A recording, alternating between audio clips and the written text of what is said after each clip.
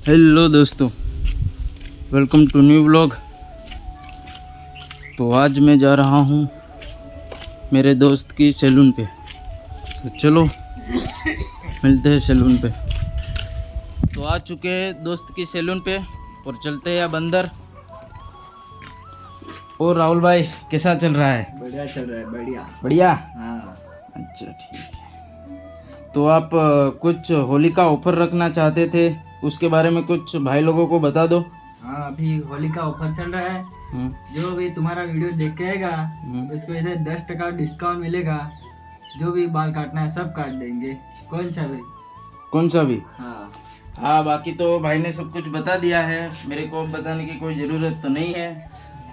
जो भी page follow करके और लाइक फॉलो कर देना और कमेंट भी कर देना और इधर आके वीडियो ज़रूर दिखाने का, तभी आप लोगों को ये ऑफर का लाभ मिलेगा। ठीक है, तो चलो वीडियो देख के जल्दी जल्दी आ जाओ। તો આપણે હવે રાહુલભાઈને લોકેશનની વાત પૂછી લઈએ। તો રાહુલભાઈ, લોકેશનની વાત કરીએ તો આપણે વિસલંગા દુકાન ફળિયામાં આવતા જ આપણી પહેલી દુકાન છે, રોડ પર જ છે।